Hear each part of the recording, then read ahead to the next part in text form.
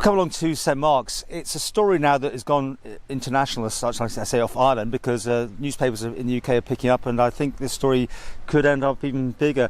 We're talking about these trees here, Mr. Cregeen, and you, I think, were the first to sort of go with this one, and the papers had the picture of you showing this planning application. We'll come to pictures of that in just a second, but can you just outline what's going on? So what happened, I was contacted by a resident and said, have you seen this application? So I came down and we had a look at it. Had a look online to see about the application, and it had been approved, and there was only about 4 days left for anybody to put in an appeal. And when you look at it, it says on the sign, creation of vehicular access. And only when you start going into the depth of what the planning application is, do you realise that that they're looking at removing a number of trees down the road here. And as you've seen yourself, where the sign is, it's not particularly in. We went past it actually, didn't we? Yes, it was one of those things that you can quite easily walk past. And any residents in the area, especially if you're coming out of the entrance here, you're not actually going to see that there.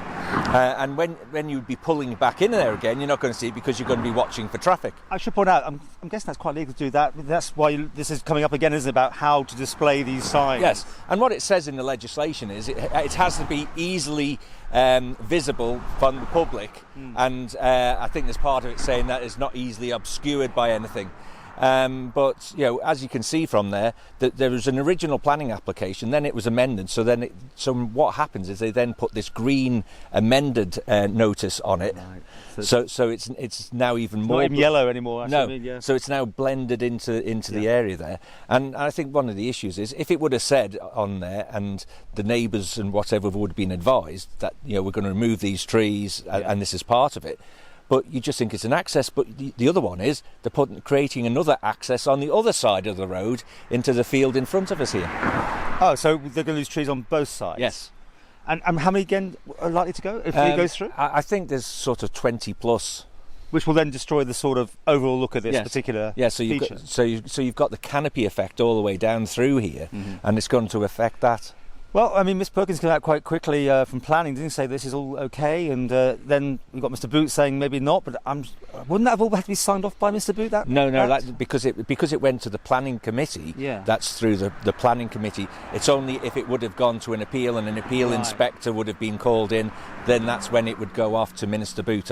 That's my understanding. And as we understand, this is don't worry, it's going ahead almost, is it? I mean, has it now past the time for any... So it's now past the 21 days for people to go and put an objection in.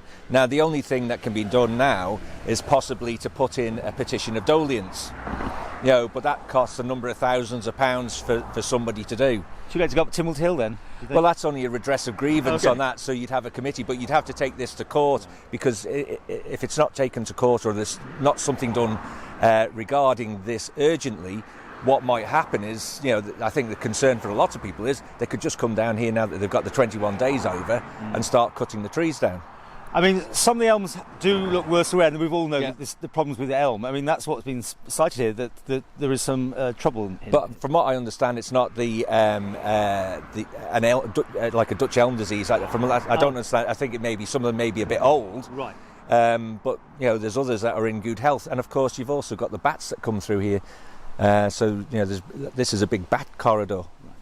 Certainly the stories come from standing start to massive with the amount of people signing the petition, and I think we're doing this on Saturday. Tomorrow there's going to be a demonstration of some description going on here, although this is a very fast road. I've got to say, this is not a place you want to stand tomorrow, by the way. If you come, you want to make sure you're very, very safe.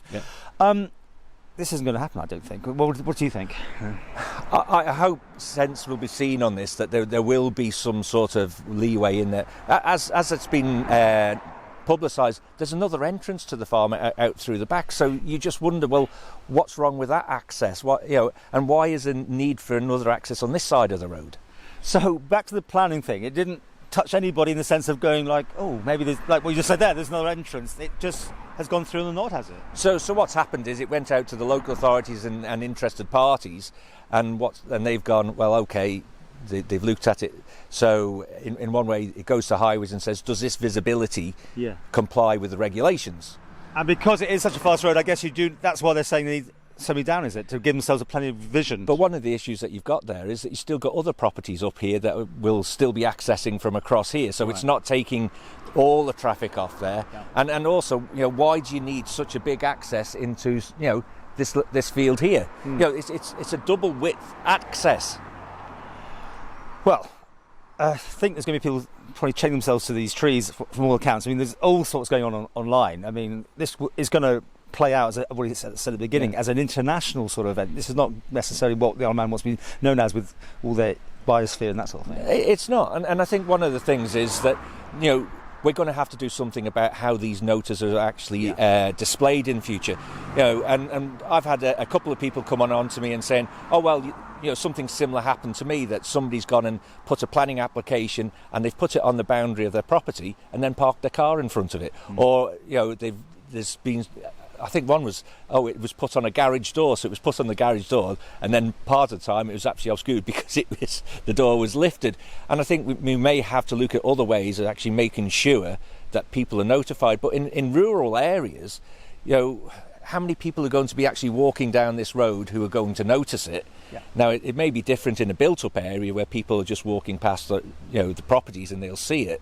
But I think there might be something what you have to do in rural areas. And it really has got special significance. I mean, on the way here, because I don't know which one it was, I went through quite a lot of these leafy areas. But this one particularly, or is it all of them there? Well, I think there's a number of areas rural that you could actually see applications going in and people may not get to see them.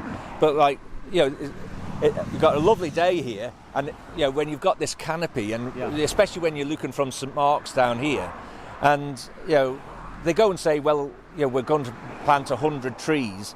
Well, I don't think any of us are going to see that, because it's going to be 100 years before, if you're planting oak or something like that, it's going to be about 100 years before they get to a mature size. To finish with this, to be clear, you haven't declared one way or the other way. Do you see this as a very good bit of, electioneering? No, this is just part of the job. It wouldn't have mattered whether it was this time of year or any time of the year. When somebody comes to you with a something like this, it raises an issue, and whatever time of the year, you bring this to the public's attention. When are you going to make your announcement? I'm going to be making a statement in the next 10 days. In the meantime, tomorrow, I think it's 12:30, isn't it, on Sunday, if people are watching this today and Saturday, are you going to be here and taking part? Yes, I'll be here tomorrow.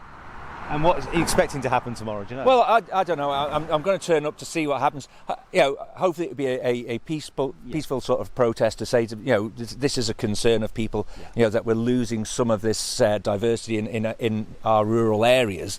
And, it will probably bring something maybe to the next administration that says we need to do something, clearer about planning applications. If you're turning up, make sure you put high vis on and actually don't go near this road. It's too fast, I think. It's a 50 mile an hour speed limit down. Is that really? Yeah. Some of those are going a bit more than that, I think. But the thing, what some people have said is, well, maybe what they should have done is maybe tried some mirrors up. They should have tried some other things, cautions before that. And do you really need such a big area for double width carriageway for going up to one property? And of course, there's always that concern that when it's such a big entrance going into a property, well, people start to think, well, why is that? Is there going to be future development? And that's always a worry.